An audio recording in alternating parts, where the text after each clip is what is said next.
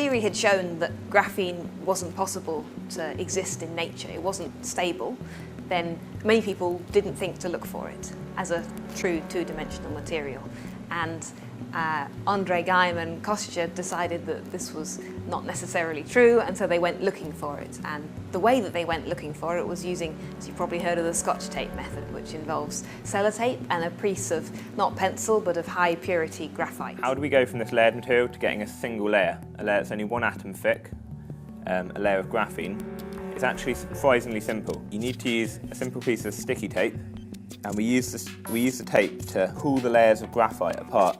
And every time we pull the tape apart, we break our graphite up. We're cleaving it, pulling apart the layers. So the pieces of graphite we had in here originally would have contained many thousands of layers. And if we do this enough times, we can hopefully end up with some layers that are only 1 or 2 atoms thick. One of the things that really helped us to understand that you really did have graphene was the types of very exciting new microscopes that are now available, and was the availability of these microscopes that really helped them understand that what they actually had was a single atomic layer. Once you've worked with graphene for a while, you get very used to looking at it, and it's very easy for me to say that that is monolayer graphene. Well, this here is probably 2 layers, and these bits here are really quite thick. My name is Rahul Arnayar. My area of research is graphene-based membrane. So graphene oxide is super permeable to water, which means there is no resistance or barrier for water molecule to evaporate through graphene oxide. So this is how we produce our graphene oxide membrane for our laboratory experiments. So we use this kind of porous support material to deposit graphene oxide sheet to make a freestanding membrane. So you use porous support there, then you pour graphene oxide solution over here. So this is a graphene oxide solution in water. It has single layer graphene oxide dispersed in pure water. Then you use this water on top of this porous alumina membrane. Then you start pumping using a vacuum pump. Then you remove all liquid water through this alumina membrane, and your graphene oxide sheet get deposited on top of this alumina.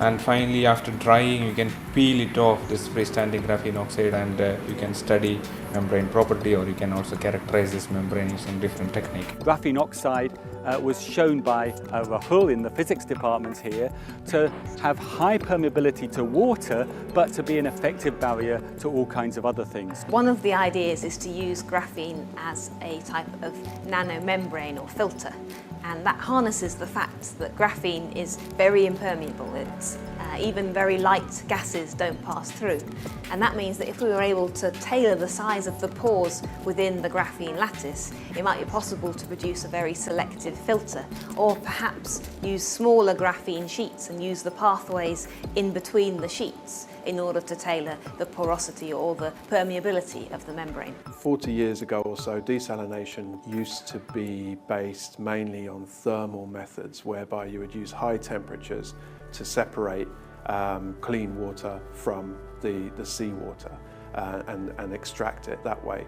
That was high energy, it was high cost, and some plants in the Gulf still use that method, I believe, but it's not currently what's used now. So now there's been a growing trend towards, over the last 40 years, a growing trend towards use of reverse osmosis and membrane technology in provision of desalinated water, whereby you move the seawater across a semi-permeable membrane and you have the desalinated water on the other side of the membrane. And this can be a world of difference to what happens on a small scale in the lab and what happens when you have football fields worth of membrane area on a real plant. So there are many challenges to actually getting a new membrane material accepted and used commercially on an industrial scale.